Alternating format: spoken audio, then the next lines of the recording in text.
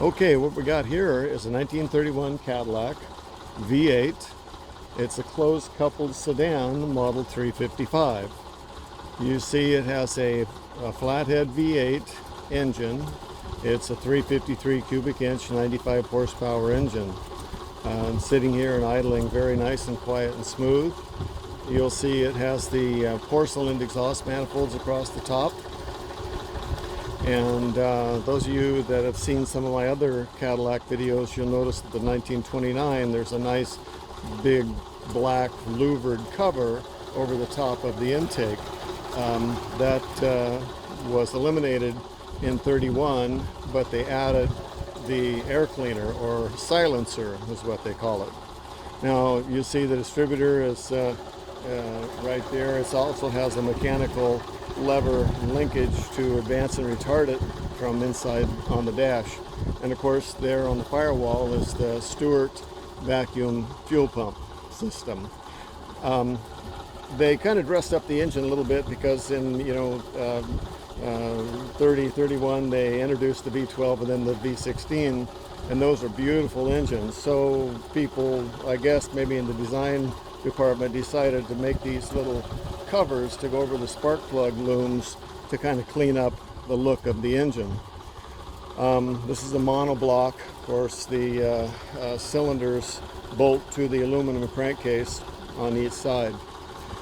Let's see if I can get in here and close the hood with one hand while I'm doing this.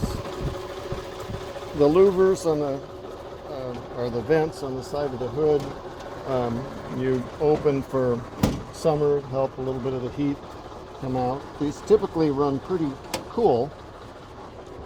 They don't have to worry too much about overheating if everything is correct on them. So also these wire wheels, the earlier years had the Buffalo wire wheels that same as on the big cars, Duesenberg and so forth, and they changed to these different wheels in 1931. I guess Cadillac didn't want to pay the extra 25 bucks or whatever it was to get the Buffaloes on there. But anyway, let's go back to the car. This is in the day when a trunk was really a trunk, and in addition to the trunk, you had the fold-out trunk rack to put a second trunk on back if you're traveling long distance. So I'll fold this back up, and there were matched luggage sets that fit inside the trunk. We're not going to go in there right now. So this is a what they call a close coupled sedan, some people call it, because the rear seat is pretty close to the front seat. The big long sedans had a lot more foot room and sometimes had a little fold down jump seat in the back.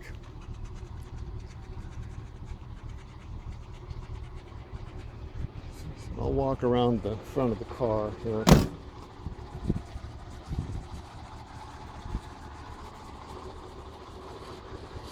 Headlights for 31 were a little smaller than the 30s.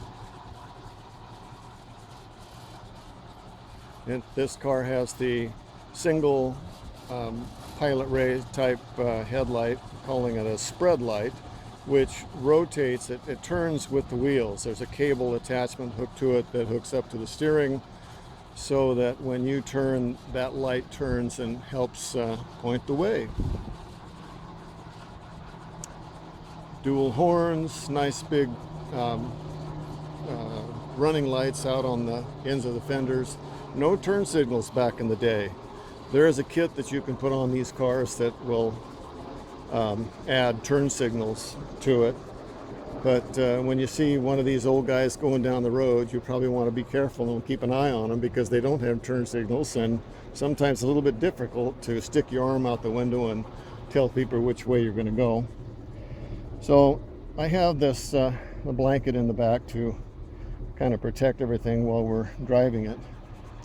But you see the robe rail here, and a robe or a blanket that would be available hanging on the on the rail for your lap warmer. And of course the fold down armrest, all your lights and the different amenities here in the back. Real wood, yeah, real wood. Very nicely finished, and little compartments, storage compartments, wool carpets, very nice.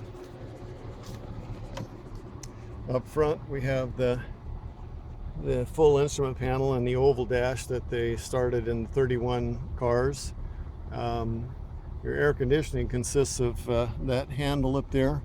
We'll raise this window about an inch or so to let fresh air come in there. And of course we have the vents down here, which I have, this one is closed, the one on the other side is open. So let me see if I can back up a little bit, give you a good shot of the whole car, wide angle shot. Remember, this is my cell phone camera that I don't use much, or now that my little flip camera broke, I guess I got to learn how to use this one, and the sound doesn't come through very well on this, so I have to be careful what I'm saying and keep it close to my mouth so you can hear what's going on. You see my 58 Cadillac in the background. I just drove it earlier today. So let's get in here and take this for a little test drive. The car just came out of storage, been in storage for a few years, and when they do that, things happen.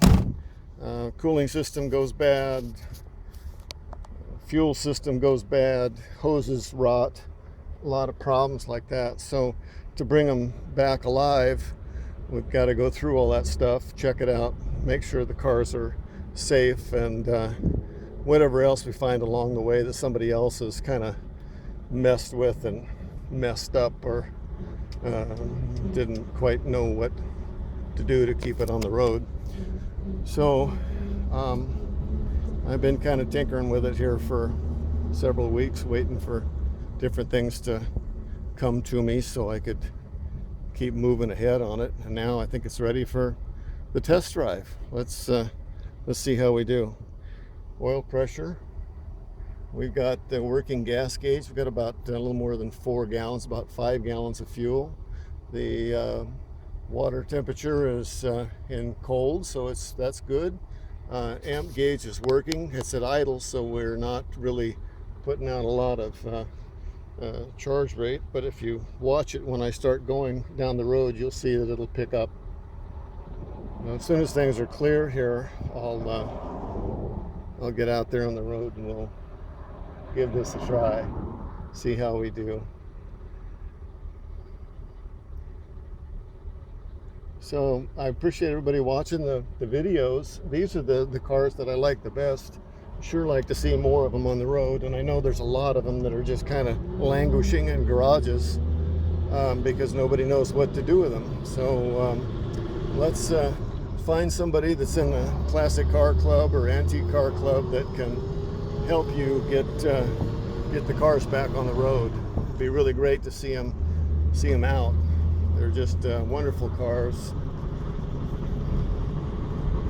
So here we are. We've got a good charge rate on the amp gauge, and we're picking up speed about 35 miles an hour, and oil pressure's up to about 35.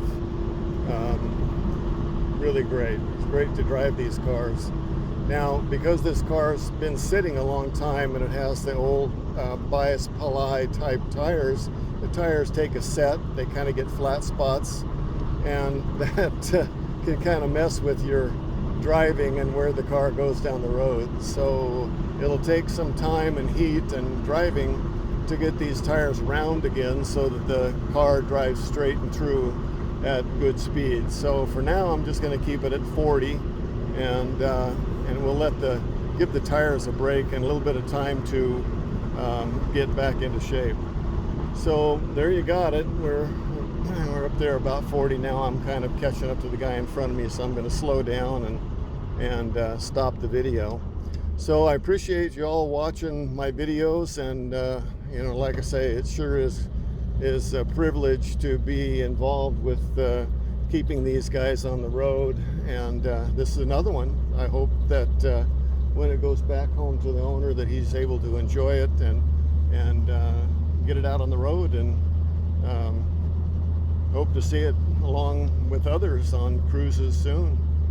Thanks for watching videos.